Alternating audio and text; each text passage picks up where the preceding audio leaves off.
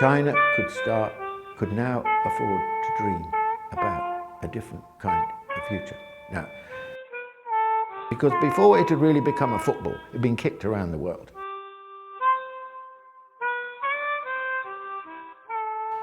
China has had the biggest economy of any country for something like 20 out of the last 22 centuries.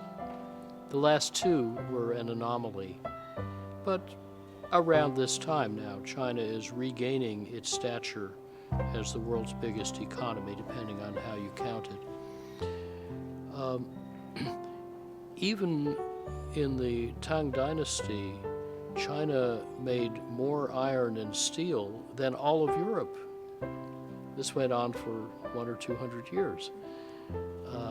So China has been for a long time a mighty economy and industrial power.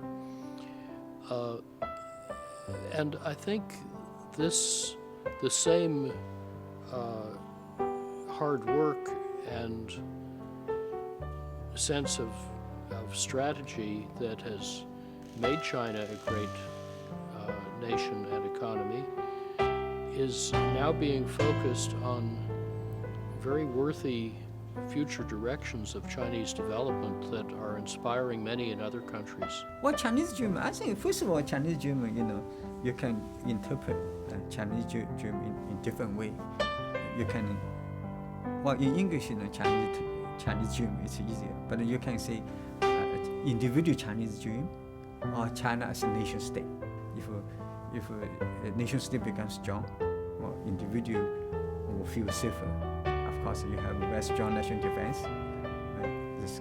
But if an individual become rich, so the nation state will have a sound foundation. So I think currently, actually, there, China actually leadership people actually are moving, in those two directions, accordingly, right? At the state level, also at the individual level. China could now afford to dream about a different kind of future. Now, and so this marks a key break, I think. China now needs to think differently about itself. What sort of society are we trying to build? What are its characteristics? Urbanization, social welfare, levels of prosperity, and so on the one hand. And on the other hand, China could now think for the first time for how long? More than 150 years. About its own place in the world, its own future. Because before it had really become a football, it had been kicked around the world. It was so weak. But now it was no longer in that position. China was now transformed. China was strong. China could think about not only what its place should be in the world, but what its role was in the world. Even the beginnings of being a great power. What kind of great power? What is a great power? And all of these things have become possible. And Xi Jinping's notion of China Dream is addressing this question. I think the aim of any government in the world is to provide for its people a better condition of life. So that's important. So I suppose what the Chinese dream, if it's to lift the life of people above poverty line, so people can go have income, children can go to school, better health facilities.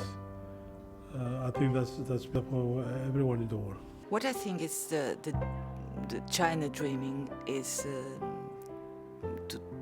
to keep more good relations with the world. Because if China has good relations in the world, the people have better conditions also. So what I should say is we should have in every parts of the world strong parties, as you have the Communist Chinese Party here. We should have strong parties with dream for their peoples and to have good governance. That's what we need, to have more conditions for the people. They need equal opportunities, good education, good health, good justice, and good social protection.